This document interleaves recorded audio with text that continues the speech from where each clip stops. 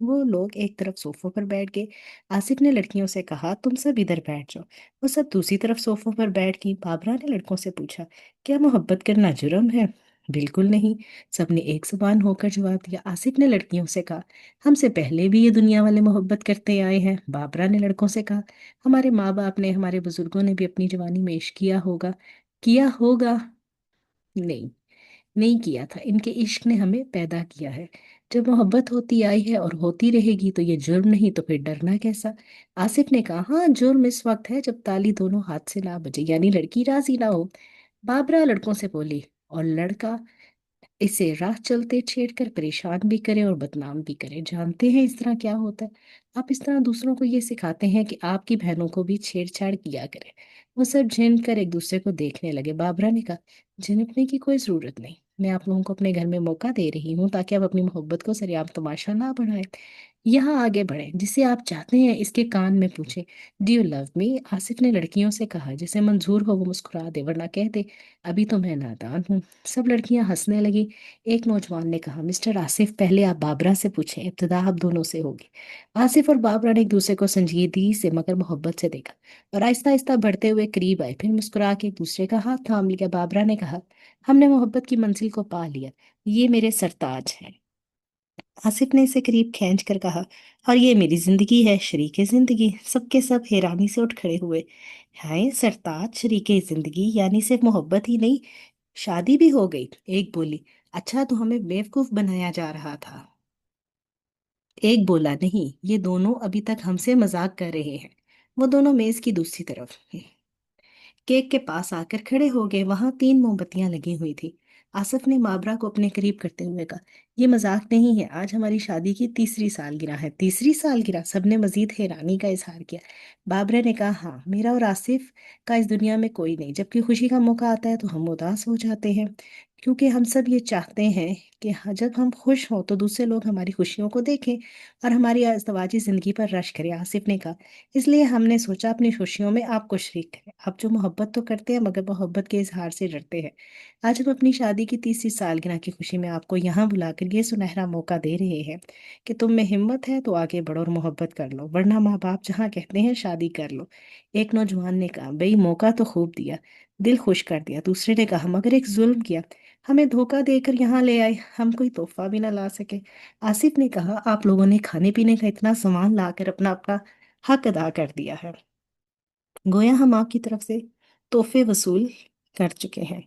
اس دوران بابرا موم بتیاں روشن کر چکی تھی، اس نے اور آصف نے پھونک مار کر موم بتیاں بجھائیں، پھر دونوں نے ایک چاقو تھام کر کیک کاٹنے لگے۔ تالیوں کے شور میں مبارکباد کی آوازیں گونجنے لگی، اس کے ساتھ ریکارڈ پلیئر سے موسیقی کی آواز ابھرنے لگی۔ موسیقی کی تال پر نوجوان جوڑے ادھر منتشر ہو گئے، ادھر ادھر راز دارانہ سرگوشیاں بہکنے اور بھٹکنے لگی۔ ڈو یو لو می؟ نہیں نہیں، ابھی نہیں، ابھی تو میں نادان ہوں۔ ڈو یو لو می؟ ذرا دیکھوں گی، ذرا سمجھوں گی، پھر ہاں کہوں گی۔ ڈو یو لو می؟ ہاں نا، ہاں نا، ہائے میں کیا کہوں۔ رازدارانہ سرگوشیوں کے باعث ماحول بڑا رومان پرور ہو گیا تھا۔ وہاں ایک چھوٹی سی خوبصورت دنیا آباد ہو گئی تھی جہاں پیار کرنے والے کسی کو پتھر مار کر اشارے نہیں کرتے، ہر مرد اور ہر عورت کے دل میں کسی کو چاہنے اور کسی سے چاہے جانے کی آرزو ہوتی ہے۔ وہاں ایسی آرزوؤں کی تکمیل ہو رہی تھی، ہاں اگر ایک دوسرے کو سمجھنے اور سمجھ کے انکار کرنے یا اقرار کرنے کا موقع فراہم کیا جائے، باہمی سمجھوتے کی نہ ہموار کی جائے تو کسی کواری کا آنچل میلا نہ ہو اور کوئی دل والا راہ چلتے کسی کو چھیڑ کر کوڑوں کی سزا تک نہ پہنچے، کیونکہ کوڑے محبت کی نہیں گناہ کی پیٹھ پر لگائے جاتے ہیں۔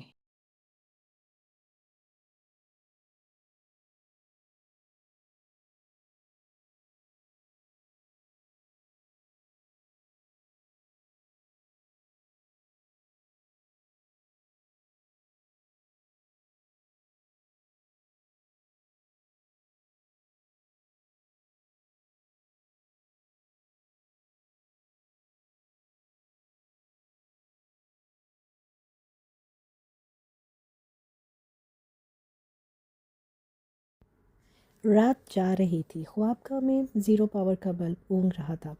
آصف اور بابرا آرام دہ بستر پر ایک دوسرے کی آغوش میں سو رہے تھے، جہاں 2 دن 2 بدن کی طرح 2 دل بھی ہم مزاج ہو کر ملتے ہوں، وہاں گہری نیند آتی ہے۔ ابھی ان کے درمیان ظالم سماج کی یا ظالم حالات کی کوئی دیوار کھڑی نہیں ہوئی تھی، ابھی تقدیر مہربان تھی، اور جب تقدیر مہربان ہو تو انسان کو تھپک تھپک کر آرام سے سلاتی رہتی ہے۔ پھر اچانک کیوں لگا جیسے تقدیر نے ہولے ہولے رونا شروع کر دیا۔ بابرا کی آنکھ کھل گئی اور وہ چند لمحوں تک جوں کی توں پڑی رہی۔ کچھ پریشان سی ہو کر وہ آواز سننے لگی، سچ مچ رونے کی آواز تھی، کوئی بچہ رو رہا تھا۔ اس نے آہستگی سے آصف کے ہاتھ کو اپنے بدن پر سے ہٹایا، پھر اٹھ کر بیٹھ گئی۔ سامنے دیوار پر خوبصورت بچے کی تصویر آویزاں تھی۔ بچہ اب زور زور سے رو رہا تھا۔ وہ بستر سے اتر کر آہستہ آہستہ چلتی ہوئی خوابگاہ سے باہر آ گئی۔ وہاں ایک شوکیس میں بچوں کے بہت سے کھلونے رکھے ہوئے تھے۔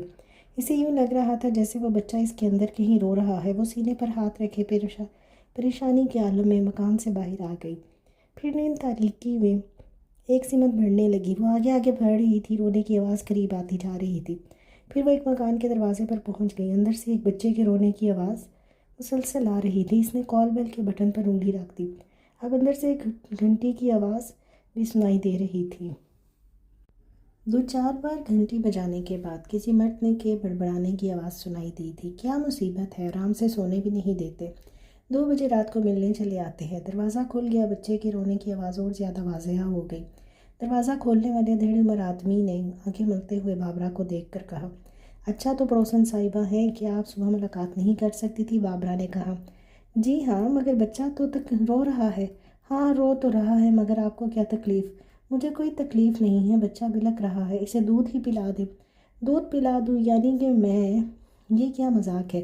دودھ اس کی ماں پلائے گی تو آپ کی ماں، تو آپ اس کی ماں کو نیند سے بیدار کریں۔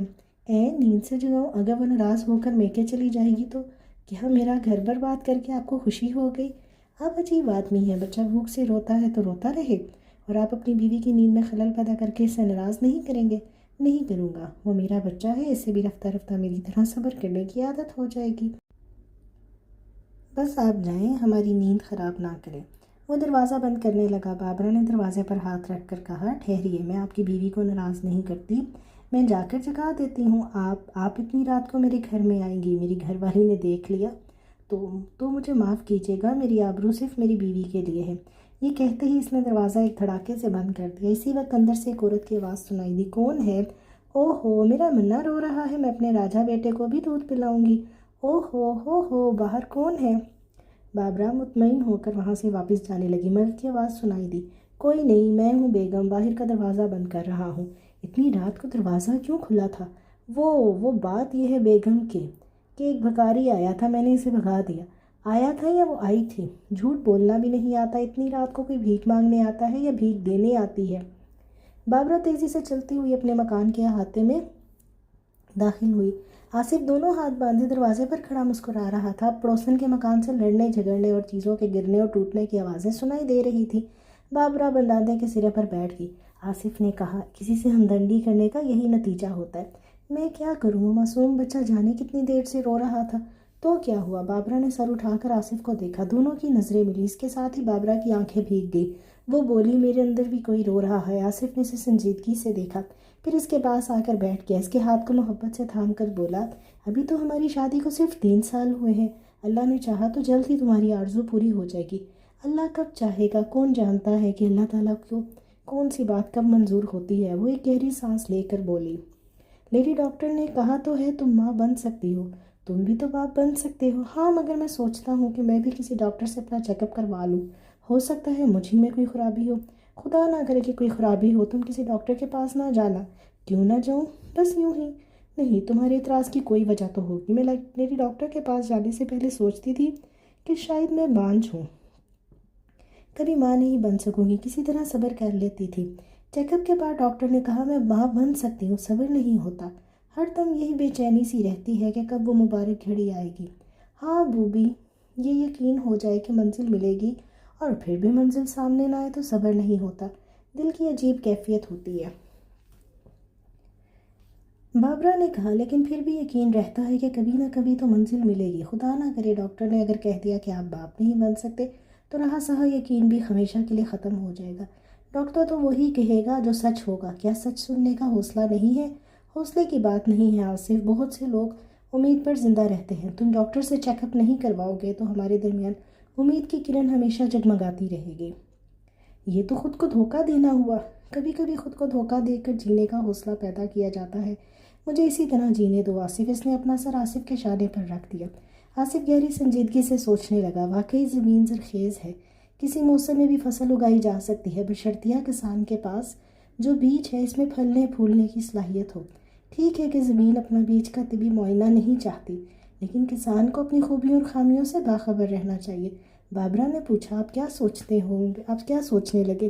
وہ بھی اللہ جو کرتا ہے اچھائی کے لیے کرتا ہے۔ شاید اب اسی لیے ابھی تک بچے سے محروم ہیں کہ تم تعلیم حاصل کر رہی ہو۔ یہ تمہارا آخری سال ہے، تم دیکھنا، ادھر تمہارے فائنل ایئر کا شاندار رزلٹ نکلے گا، ادھر تم شاندار ننھا منا سا رزلٹ آؤٹ کرو گی۔ وہ مسکرانے لگا، پھر بولی، کل سے کالج میں اٹھنا بیٹھنا مشکل ہو جائے گا۔ آج ہماری سالگرہ کی پارٹی میں جو لڑکیاں شریک ہو کر گئی ہیں وہ ساری کالج میں مشہور کر دیں گی کہ میری شادی ہو چکی ہے۔ میں نے تو پہلے ہی کہا تھا کہ شادی کی بات نہ چھپاؤ۔ آپ نہیں جانتے، اگر کالج میں یہ خبر پھیل جائے کہ کسی لڑکی کی شادی ہو چکی ہے تو ساری لڑکیاں اس کے پیچھے پڑ جاتی ہیں، میاں بیوی کے بارے میں کرید کرید کر پوچھنا شروع کر دیتی ہیں۔ اچھا، تو اب لڑکیاں تم سے بھی پوچھا کریں گی؟ اور نہیں تو کیا، بڑی رازداری سے پوچھتی ہیں۔ کیا پوچھتی ہیں؟ ساری لڑکیوں کو ایک ہی فکر ستاتی ہے کہ سہاگ رات میں دلہا کیسے ستاتا ہے۔ تم کیا جواب دوں گی؟ میں کہوں گی میری سہاگ رات کو 3 برس گزر چکے ہیں، میں ساری باتیں بھول چکی ہوں۔ ارے ایسا بھی کیا بھولنا، چلو ابھی رات باقی ہے، میں تمہیں یاد دلاؤں گا۔ اس نے ہاتھ پکڑ کر کھینچا تو وہ شرماتی ہوئی اس کی آغوش میں پہنچ گئی۔ سہاگ رات عورت کی زندگی کی سب سے اہم اور یادگار رات ہوتی ہے اور اسے تو یاد کر کے بڑھاپے میں بھی شرماتی ہے۔ مکان کے احاطے میں آصف اپنے اسکوٹر کی صفائی کر رہا تھا۔ اس سے کچھ فاصلے پر مالی باغیچے میں ایک پودا لگا رہا تھا۔ آصف نے مکان کی طرف گھوم کر آواز دی، بوبی کہاں ہو؟ ہری، اب تمہارے کالج کا وقت ہو گیا ہے۔ اندر سے آواز آئی، بس ابھی آئی، جسٹ اے منٹ۔ آصف انتظار کی گھڑیاں گزارنے کے لیے ٹہلتے ہوئے رنگ برنگے پھولوں کو دیکھنے لگا۔ پھر اس نے ایک سوکھے ہوئے پودے کو دیکھ کر پوچھا، مالی یہ پودا تو مرجھا گیا ہے، میں نے کبھی اس میں پھول کھلتے ہوئے نہیں دیکھا۔ صاحب، بیج اگر نکارا ہو جائے تو پودے ایسے ہی مرجھا جاتے ہیں اور ایک پھول بھی نہیں کھلتا۔ مالی کے جواب نے آصف کو چونکا دیا۔ اس نے پوچھا، تو پھر پھول کیسے کھلے گا؟ صاحب، بیج بدلنا ہوگا۔ آصف نے پلٹ کر دیکھا، بابرا باہر آ کر دروازے پر تالا لگا رہی تھی۔ اس نے پوچھا، کیا پھولوں کا معائنہ ہو رہا ہے؟ آصف نے کہا، ہاں، زمین کا یہ حصہ خالی ہے، یہاں پھول نہیں کھل رہے ہیں۔ وہ قریب آتے ہوئے بولی، کیا ہوا، کھل جائیں گے؟ آصف نے کہا، مالی کا کہنا ہے کہ دوبارہ زمین ہموار کر کے دوسرا بیج ڈالا جائے گا، اس کے بعد پھول کھلیں گے۔ وہ بولی، ایسا تو ہوتا ہی ہے، مالی کو پہلے ہی بیج بدل دینا چاہیے تھا۔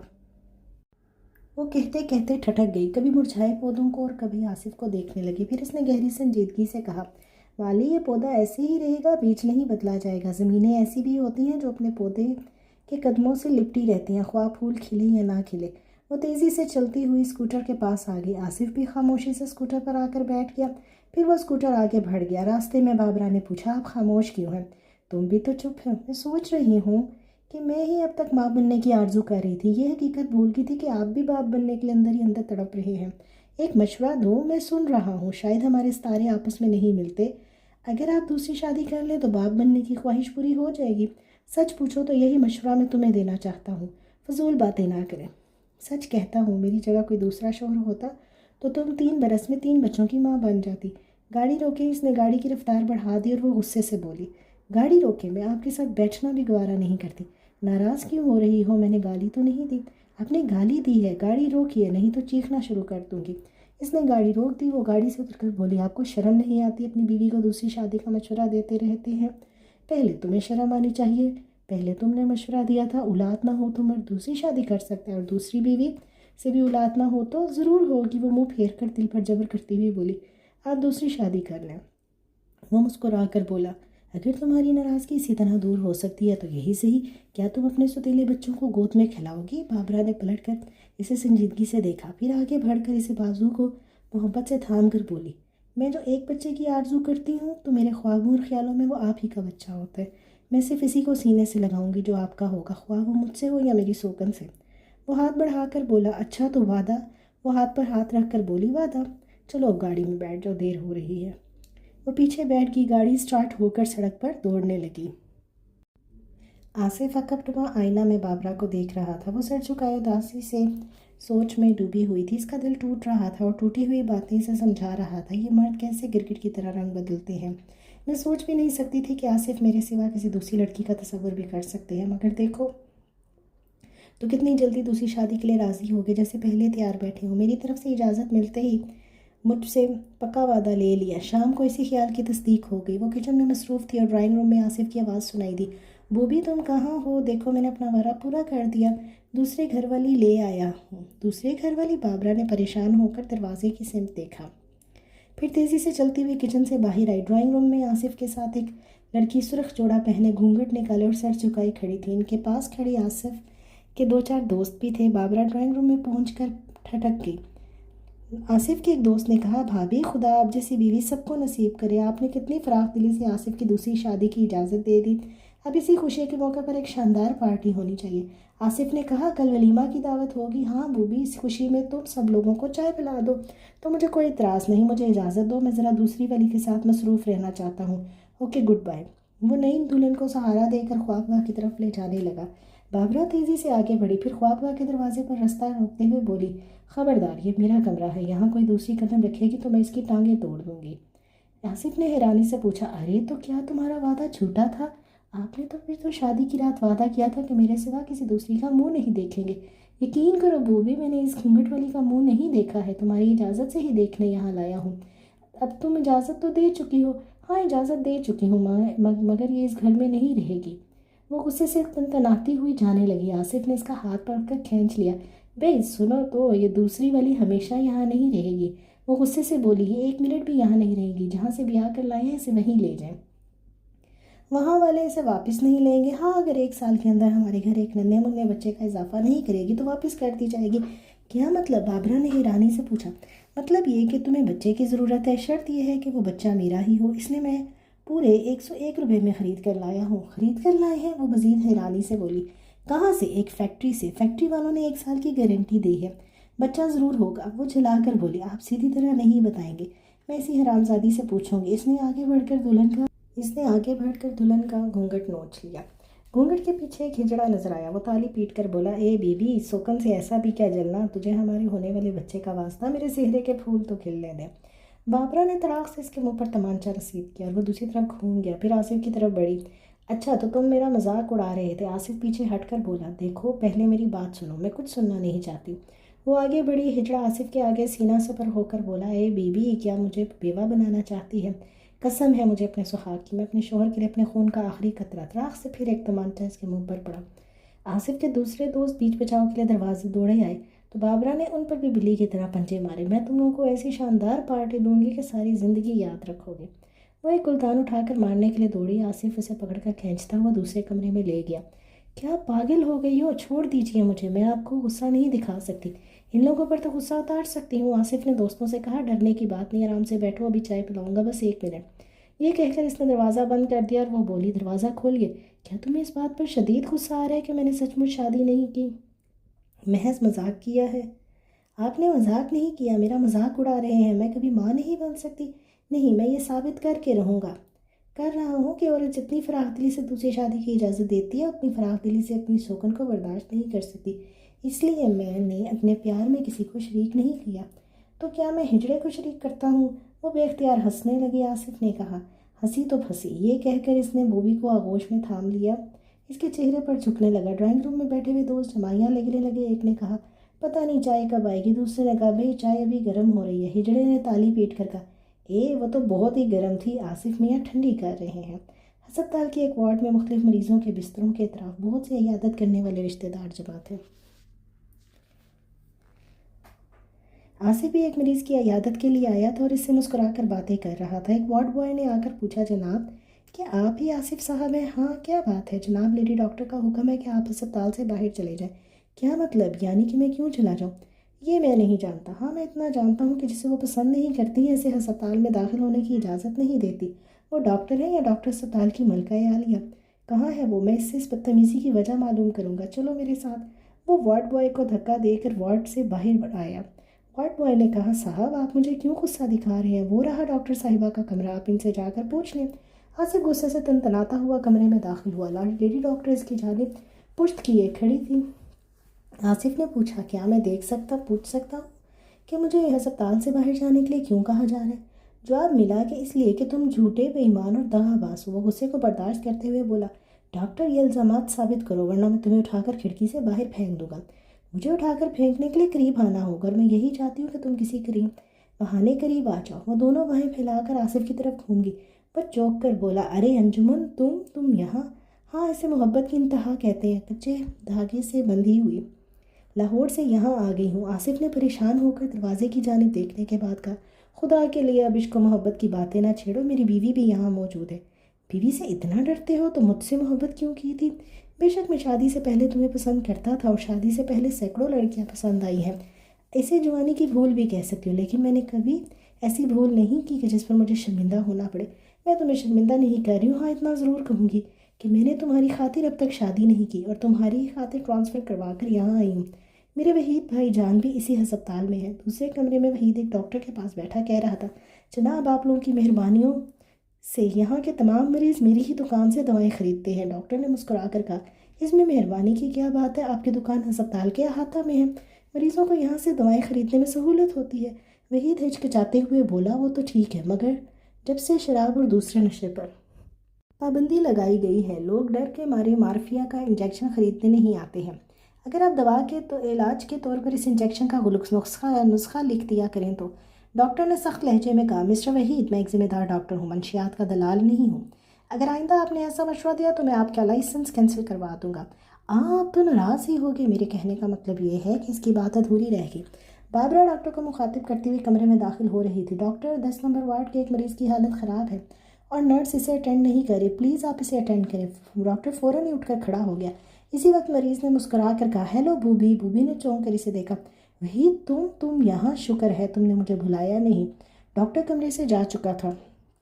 بوبی وحید کو غصے سے دیکھتی ہوئی جانے لگی۔ وہ راستہ روک کر بولا، کیا ناراض ہو؟ تم سے ناراض ہونے یا خوش ہونے والا کوئی رشتہ نہیں ہے، ہٹ جاؤ میرے سامنے سے۔ وہ ایک طرف ہو کر بولا، میں اسی لیے تو روک رہا تھا کہ تمہاری ایک تصویر میرے پاس رہ گئی ہے۔ وہ کمرے سے باہر جاتے جاتے ٹھٹک گئی، کیسی تصویر؟ آرام سے بیٹھو، کبھی ہم میں بھی تم میں چاہتی، تمہیں یاد ہو کہ نہ یاد ہو۔ میں یاد دلاتا ہوں۔ بوبی نے اسے گہری سنجیدگی سے دیکھا، پھر ایک کرسی پر بیٹھ کے وحید نے کہا، میں نے اس تصویر کو ہمیشہ سینے سے لگائے رکھتا ہوں، یہ دیکھو۔ اس نے قمیض کی اوپری جیب سے ایک تصویر نکال کر اس کی طرف بڑھا دی۔ بوبی نے اسے لے کر دیکھا، تصویر میں بوبی تھی، وحید نے اس کی ہاتھوں کو تھام رکھا تھا، دونوں روبرو تھے اور ایک دوسرے کو پیار بھری نظروں سے دیکھتے ہوئے مسکرا رہے تھے۔ اس ایک تصویر سے یادوں کے البم کے اوراق کھلنے لگے، ماضی کی کتنی ہی تصویریں نگاہوں کے سامنے آنے لگی۔